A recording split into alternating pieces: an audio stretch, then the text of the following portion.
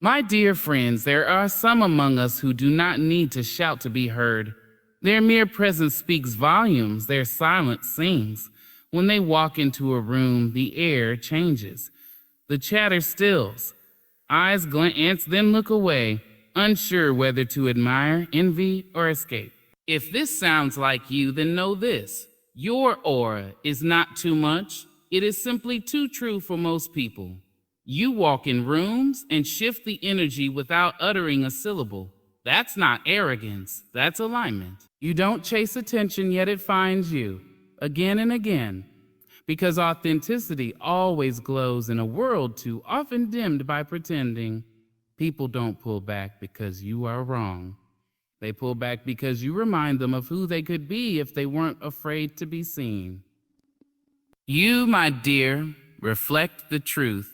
And truth is not always a welcome guest in comfortable lies. Your confidence is mistaken for conceit only by those who haven't dared to love themselves yet.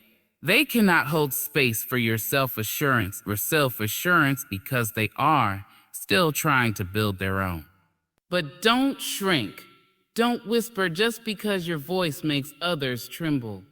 You did not come here to make yourself digestible. You came to nourish. And solitude.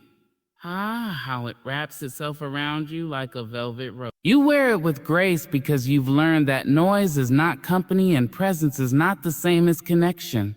You'd rather dine alone at a table of peace than feast among those who pick at your spirit. You are not lonely, you are selective. And there's power in that. You are a mirror. People either polish themselves when they meet you, or they crack. Your presence challenges others to rise. Not everyone is ready for that. Some people love you until they realize they have to grow beside you, and then they retreat. That's okay. Let them. Evolution is not everyone's calling. You see through things, not just people, but motives, layers, shields, smiles that don't reach the eyes.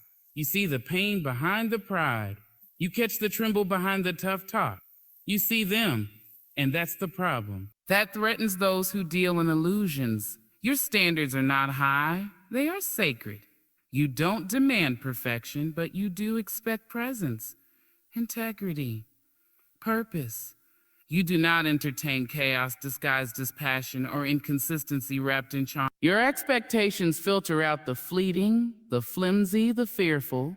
Yes, your aura is powerful, not because it is loud, but because it is light. And light exposes, it clarifies, it elevates. But it also repels those who are not yet ready to leave their shadows behind. So when they say you're too much, remember you're not too much. You're just not for the faint of soul. Do not dim, do not bend. Do not apologize for being a flame in a world that settles for sparks. You are not everyone's cup of tea. Because you are not tea, you are fire. You are fire. And fire doesn't apologize for burning bright. Would you like a version of this for voiceover or video script formatting as well? You don't ask for attention, it finds you. Not because you are loud, but because you are real. There is something about the way your presence settles into a space that makes people sit up straighter, talk a little softer, question what they were just saying. It's not fear, it's awareness. You awaken something. Without even trying, you cause people to feel things they haven't faced, to notice things they've numbed. You don't demand the spotlight, yet somehow it seems to follow you. And it's not just in your clothes, or your walk, or your eyes. It's deeper than that. It's in your stillness. It's in the peace you carry, the calmness that wraps around you like armor. You are rooted when others are restless. And that stillness speaks louder than 100 voices raised. Some people enter a room and bring noise, but you bring weight, substance. People feel the shift even if they don't understand it. Conversations pause, laughter softens. Something in the atmosphere adjusts itself to the frequency you carry. You don't interrupt. You just arrive, and that's enough to stir the air. It's not about being better than anyone else. It's not pride, not arrogance, it's presence. It's authenticity. You have wrestled with your own shadows, sat with your fears, owned your failures. And because of that, you don't walk into spaces seeking validation. You carry your worth with you. That kind of wholeness makes people look twice. Because in a world where most are wearing masks, someone who comes in already home within themselves becomes a mirror. And not everyone is ready to look in that mirror. Not everyone wants to see where they've been hiding from their own truth. But you don't change for that. You do not soften your presence to protect someone else's insecurities. That's not cruelty, it's clarity. You don't need to apologize for the way your light falls into a room and moves shadows around. It's not your job to dim. It's your calling to shine. You're not performing. That's what confuses people. You're not trying to impress or charm or manipulate. You're just being. But in a world full of people trying to be seen, someone who simply is becomes magnetic. You remind them of what's possible. And sometimes that reminder is too much for someone who hasn't even dared to dream. Some will be drawn to you, wanting to touch that energy, hoping it will rub off on them. Some will be jealous, not of what you have, but of who you are, because they sense you didn't get here easily. They don't see the battles behind your presence. They don't know what it cost you to walk in so whole. They don't understand that peace is not passive, it's earned. And yet you remain kind, not small, but kind. You don't shrink to make others feel safe. You hold your ground and extend your hand at the same time. That balance is rare. That's why people notice. Even when they can't name it, they feel it. There's a gravity to you, a quiet strength. You don't need to raise your voice to lead. You don't need to prove your point to be right. You don't need to chase affection to feel love. You've built that within. And because of that, your presence becomes a sanctuary for those who are weary and a warning to those who are deceitful. You walk into rooms and shift the energy because you are the shift. You don't absorb chaos, you redirect it. You don't match the noise, you silence it, not with force, but with depth. You don't compete, you contribute. You don't seek control, you inspire alignment. Some people will feel seen when you arrive. Others will feel exposed. That's not on you. That's the nature of light. It reveals, it warms, it even heals, but it also burns away illusions. That's the risk of being powerful without a word. You become a catalyst. And catalysts aren't always celebrated, but they are always remembered. So continue to walk into rooms with your head held high and your soul anchored deep. Let your energy speak long before your lips ever move. Because when you carry truth, peace, and power within you, you don't need to say much. You are the message. It's not the way you speak. It's the way you carry yourself. You could whisper and still command attention. You could say nothing and still say everything. That's because your presence doesn't come from volume. It comes from conviction. You know who you are. You know where you've been. And you no longer apologize for either. That certainty unsettles people who haven't found their own yet. Confidence is quiet. It doesn't beg to be noticed. It doesn't shout over others to prove itself. It walks in the room and knows it belongs there. You don't wait to be invited. You don't second-guess your place at the table. That alone can shake people. Because when someone doesn't need approval, they become immune to manipulation. And that's a power not everyone knows how to face. You've learned to trust yourself, your intuition, your spirit, your direction. And while others are asking for permission to be who they are, you've already stepped into your identity and made peace with it. That kind of freedom isn't always welcomed. Not because it's wrong, but because it reminds others of the work they haven't done. It exposes where they're still hiding. You don't pretend to be perfect, but you are whole. And wholeness doesn't come cheap. You had to walk through rejection, stand through betrayal, and rise from silence. You had to learn to be your own voice when no one else would speak for you. That's what shaped your confidence. Not ego, but enduring. Not pride, but persevering. People see the result, but they don't see the resilience it took to get there. It's not the way you talk that unsettles them. It's the way you don't talk down to yourself. You don't downplay your worth to make others comfortable. You don't fish for compliments or dilute your joy. You show up in your full form, and that can be loud for someone used to fragments. Some mistake your confidence for arrogance because they haven't seen self-respect before. They expect you to shrink, to be modest in ways that make them feel big. You've done the shrinking. You've played small, and it nearly cost you your voice. Never again. You are not here to intimidate, but sometimes just standing firm in your truth feels like a threat to someone whose identity is built on pleasing others. You don't sway with opinions. You don't mold yourself to fit expectations. That steadiness, that refusal to bend for applause, is more powerful than any speech. They can't argue with your spirit because it doesn't seek debate. It just is.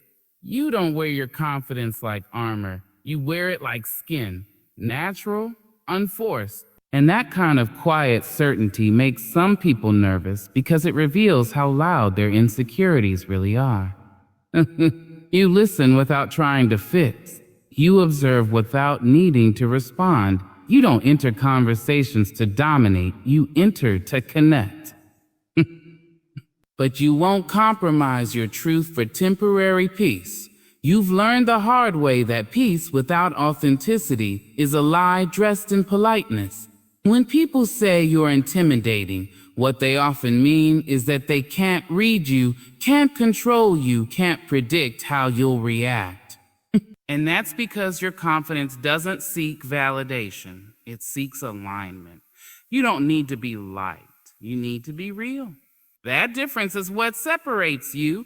You show others what it looks like to stand in your own name, not just wear it. To love yourself, not in theory, but in action. You show what it means to move through the world without asking it to define you.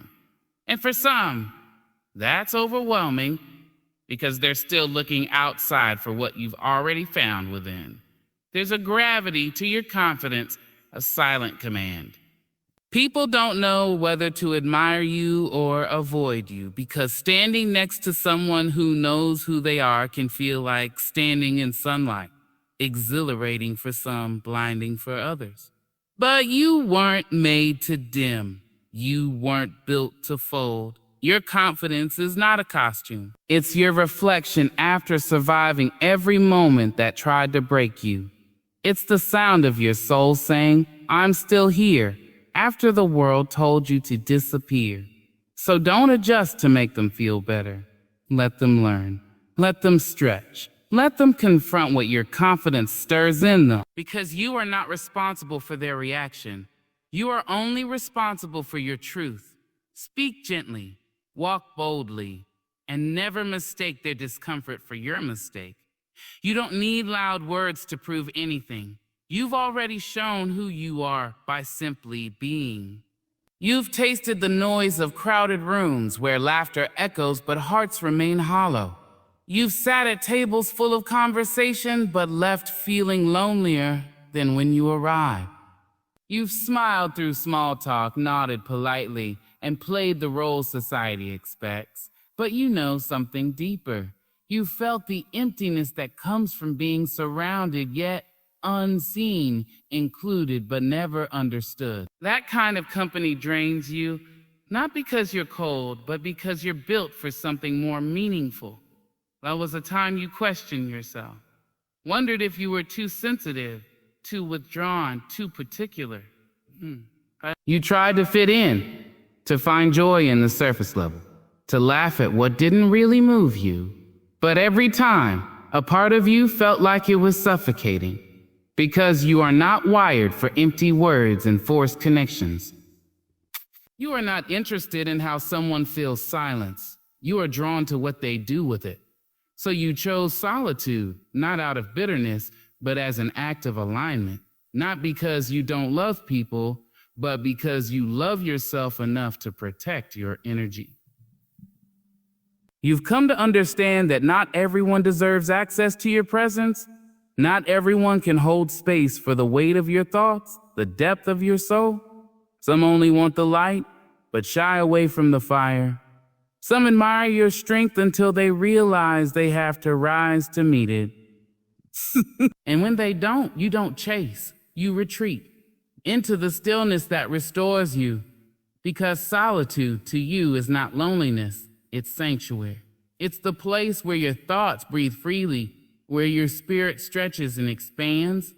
It's the space where you don't have to explain, perform, or reduce yourself.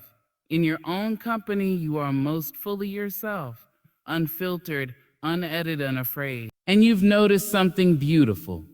In solitude, you hear things the world drowns out. You hear your intuition whispering direction. You hear your inner child asking to be held. You hear your dreams clarifying, reshaping, daring you to believe again.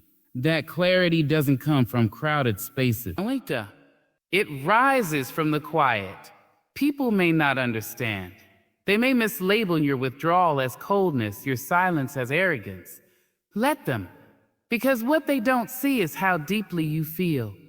How much energy it takes to engage with others when your soul is wired for depth and honesty. You don't want just to speak, you want to connect. And that kind of connection is rare. So until it finds you, you sit with yourself, and you are more than enough. You've come to realize that peace is better than company. That being alone with your truth is more nourishing than being together in a lie. You don't fear your own thoughts anymore. You welcome them. You sit with them like old friends, knowing they may not always be kind, but they will always be honest. And honesty is the soil where growth takes root. You'd rather spend an evening in silence with a book than hours with people who drain you. You'd rather take a walk alone than entertain conversations that lead nowhere. You've grown tired of pretending you're interested in what doesn't feed you. So now you choose differently. You choose presence over performance, depth over distraction, solitude over shallowness. And the world doesn't always reward that. But your soul does. You've become someone who doesn't fear being alone because you've met yourself there. And you like who you are. You've discovered the power of solitude is that it strengthens your boundaries. It teaches you not to settle for halfway connections. It reminds you that time is a sacred thing, and how you spend it is how you shape your life. You know now that not everyone is meant to walk closely with you. Some are meant to pass by, others to teach lessons, a few to walk a while. But the ones who stay, the ones who truly see you, will never feel threatened by your need for space. They will honor your solitude, not question it. They will understand that your quiet is not absence but reflection. And that when you return deeper, clearer, more whole. So you embrace your solitude, you honor it, you protect it like sacred ground, because it has carried you through confusion, through heartbreak, through rebirth. It has been your home when the world didn't make sense. And now it is your strength. Let others fill their lives with noise if they must. You've found the courage to sit in silence. And in that silence, you have found yourself. It's not always what you say. It's often just who you are. The way you live, the choices you make, the truth you carry, it challenges people, sometimes without a word being spoken. You hold a mirror, and people see parts of themselves they've ignored, buried, or been afraid to confront. You don't force them to grow, but you awaken something inside them that can no longer sleep. Not everyone is ready for that awakening, and that's where the discomfort begins. You walk with a kind of honesty that leaves little room for excuses, not because you judge, but because you faced your own shadows. You've been through the fire, and now you live without flinching. You've held your own pain without passing it to others. That strength doesn't demand perfection. It demands presence, and that's where the challenge comes in. Because many people move through life avoiding presence. They keep themselves distracted, numbed, or overly entertained to avoid the stillness where growth begins. When they meet someone like you, someone grounded, aware, awake, it rattles them because your very being dares them to go deeper, to stop running, to stop blaming, to begin again. You don't shame them. You don't point fingers. You don't preach or pretend. You simply live with intention. And that becomes its own invitation, an invitation to rise. But rising is hard when you've grown comfortable crawling, and growth feels painful when you've been sitting still for too long. Some will admire you openly. They'll call you inspiring. They'll say you're different, strong, wise. And you'll see them trying, reaching, slowly blooming under your light. You'll see them pick up books, ask questions, reflect more deeply, make changes they've long feared. They may not credit you, but you'll know you were the whisper that shook their silence. Others, however, will not react with gratitude. They will react with resistance, not because you did something wrong, but because your truth disrupts their comfort. They'll feel threatened, even if you never meant to threaten. They'll interpret your clarity as criticism, your authenticity as confrontation. It won't be easy because you'll feel misunderstood. But in truth, you've simply stirred something they weren't ready to face, and that is not your fault. It's hard to be the spark in someone else's darkness. Harder still to be the mirror that shows them where they're stuck. But you didn't come to this life to blend in. You came to break patterns, to lift the ceiling, to remind people of what they buried in themselves. And sometimes that mission looks like loneliness, because growth is rarely a group activity, at least not at first. You've likely lost people because of this. Friendships faded, relationships cracked, circles shifted. Not because you changed, but because you stopped hiding your growth to make others feel safe. That's a hard truth to carry. But with it comes something beautiful. The right people always find their way to you. The ones who want to grow, the ones who hunger for more, the ones who aren't afraid to be challenged, to be uncomfortable, to be stretched into their next becoming. You will become their safe space. Not because you always agree, but because you always speak truth in love. Because you believe in who they can be, even when they don't yet see it themselves. That belief is powerful. It creates movement. It gives permission. And most importantly, it gives hope. Your life becomes a living example that healing is possible, that change is possible, that peace is possible. That message matters more than you know. Because someone is always watching. Someone is always learning from your courage. You may never hear the words, "You changed me." But that doesn't mean you didn't. You may never get thanked, but that doesn't mean your impact wasn't deep. Some people won't understand the value of your presence until much later, when they've grown into the very version of themselves you always saw hiding inside them. So keep shining, even when the light feels blinding. Keep growing, even when others fall away. Keep holding space, even when it's quiet. Because your presence is doing more than you know. You don't need a stage to inspire. You don't need a platform to lead. Your life is the message. Your choices are the example, and your courage is the lesson. Yes, growth is uncomfortable, but so is staying stuck. And if your light makes others squint, trust that eventually they'll adjust, they'll rise. Because people may resist you at first, but eventually they'll remember you as the one who reminded them how to grow. You don't need someone to spell out their truth for you. You can feel it. Long before the words leave their lips, you sense what's real and what's rehearsed. You've always had that quiet gift. The ability to hear the pauses between words, to catch the flicker in someone's eyes, to notice when the smile doesn't quite reach the soul. Others may call it intuition, but for you, it's simply presence. You pay attention. You listen not just with your ears, but with your spirit. And when someone is hiding, you know. It's not judgment, it's awareness. You're not trying to expose people or embarrass them. You simply recognize the difference between genuine energy and performance.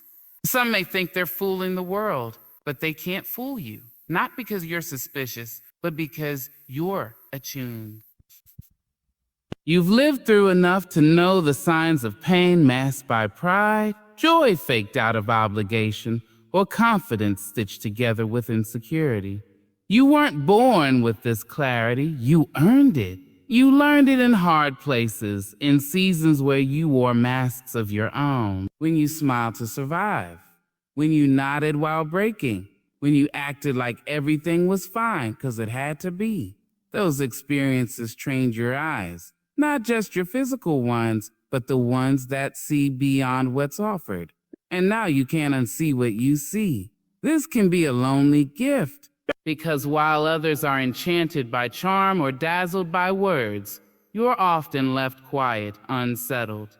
You pick up on the contradiction, the mismatch between how someone presents themselves and what their energy really says. You know when someone is trying too hard or hiding something or pretending for acceptance.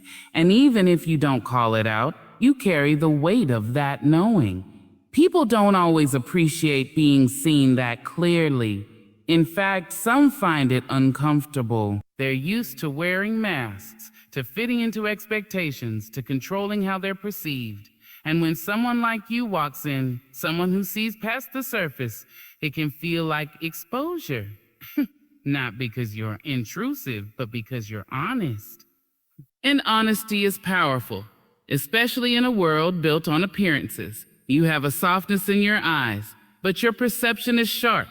You can look into someone and know their intention before they speak. You can feel when someone's words are dressed up to please or manipulate. You can spot desperation behind the flattery, fear behind the arrogance, hesitation behind the charm. And this makes you both trusted and feared.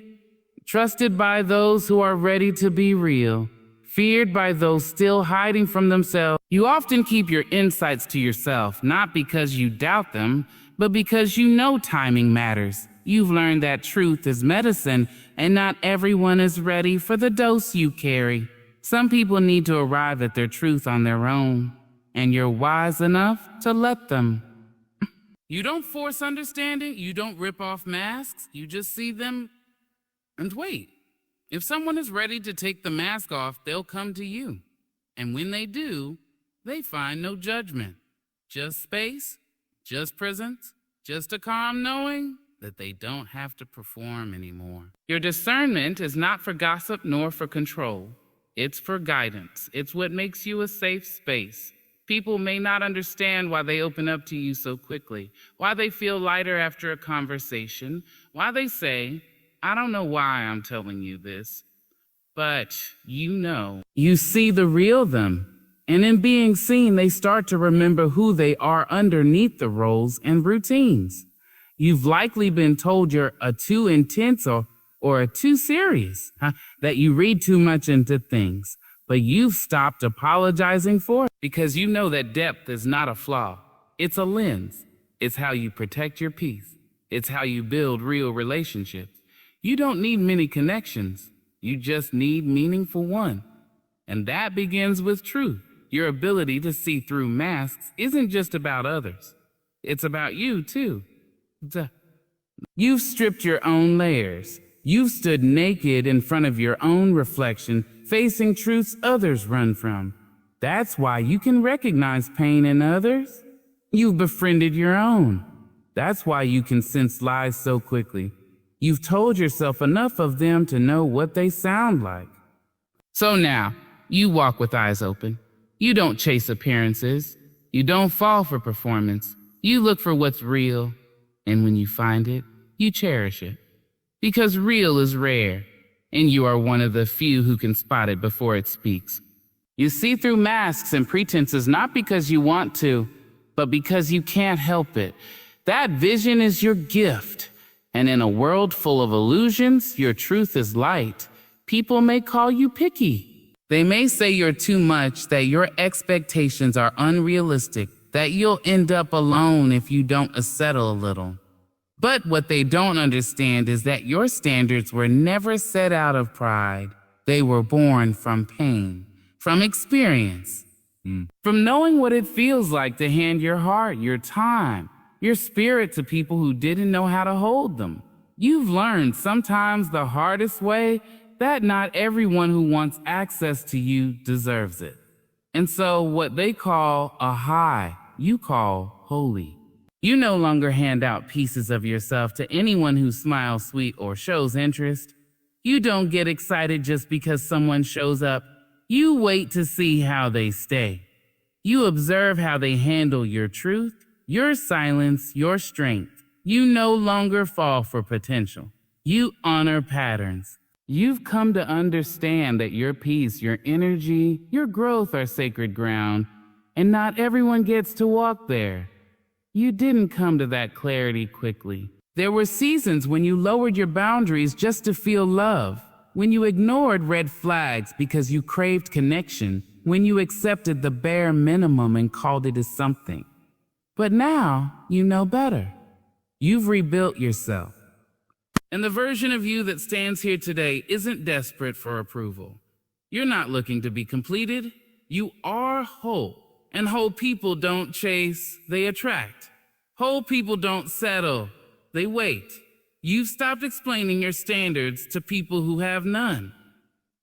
You no longer justify your preferences, your desires, your no's. If someone calls you a hard to love, you understand that it's not your burden to carry, it's their reflection of what they're not willing to rise to. Because love should not ask you to compromise your value. It should meet you in your truth. It should celebrate your worth, not question it. You're not asking for perfect, you're asking for presence, for consistency, for realness. You want depth, not performance, honesty, not games. You want someone who sees you, not just your beauty or your brilliance, but your whole self, and says, I choose you, just as you are.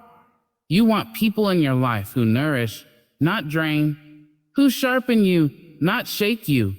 That is not too much to ask. That is the bare minimum when your soul has evolved past survival and is now seeking alignment. Your standards are sacred because they reflect how far you've come. You set them not just to protect yourself, but to protect your purpose. You know what distracts you. You know what dims you. You know what feels like peace and what feels like confusion wearing a mask. And because of that knowing, you honor what enters your life with a deep sense of discernment. People often misunderstand strong boundaries as walls. But what they don't realize is that your boundaries are bridges for the right ones to reach you and for the wrong ones to stay on the other side. You don't hold bitterness. You hold wisdom. You are not hard. You are healed. And healed people love differently. They love with clarity, with patience, with strength. But they don't love at the expense of themselves. And it's not just about love or relationships. It's about your life, your time, your energy. You no longer say yes just to keep the peace. You don't pour into everyone just to be liked. You are no longer impressed by surface-level opportunities, flattery, or popularity. You move with intention. You make space only for what aligns with your spirit. That's why people may say you're distant. But distance for you isn't disconnection, it's direction. It's your way of choosing what's worth your sacred investment. You're not here to fit into spaces that can't hold you. You're not meant to water yourself down to be digestible. Your presence, your light, your insight, it's not for everyone. And that's okay. You're not everyone's match, but you are someone's answered prayer. Someone who's done their own work, walked through their own fire, and will recognize you not as too much, but as just right. So don't lower the bar. Don't explain your essence to those committed to misunderstanding it. Don't soften your standards to keep people close who don't have the capacity to value you. The ones who are meant for you won't see your sacred standards as threats. They'll see them as invitations, threats. invitations to rise, to deepen, to become. Your standards aren't high, they're rooted. They're built on experience, forged in fire, and protected by your own healing. You carry them not as shields, but as symbols of the love you finally learned to give to yourself. And because of that, you'll never again settle for less than what echoes the strength, the grace, and the peace you now hold within. When your aura is powerful, it does not need permission to be felt. It moves silently, yet it speaks volumes. It walks into rooms before you do. It stretches into conversations without needing to dominate. It awakens something in people, even if they don't know what to call it. You don't wear this power like a crown to be admired, but as a quiet knowing that guides the way you live, love, and lead. You shift the energy just by showing up. Your presence stirs reflection, your confidence challenges comfort, and your solitude reminds the world that peace is not the absence of people, but the presence of self. You are not here to entertain, to fit in, or to meet shallow expectations. You are here to be real, to be rooted, to be radiant. And yes, your energy will unsettle some. It will challenge the masks people wear, the roles they cling to, the false comfort of fitting in. But don't dim, don't apologize, don't ever shrink to be accepted by those who were never ready to rise with you. Because you are not too much. You are just more than what small minds can hold. And your light, your truth, your standards, they are not burdens, they are blessings. So stand tall in your knowing. Guard your spirit like the sacred space it is, and continue to grow even when others resist it. And never forget, it's not that your aura is too powerful for most people. It's that it was never meant for just anyone. It was meant to elevate, to illuminate, to awaken. Let it shine without permission. Let it lead without explanation. Let it be what it was always meant to be, undeniable.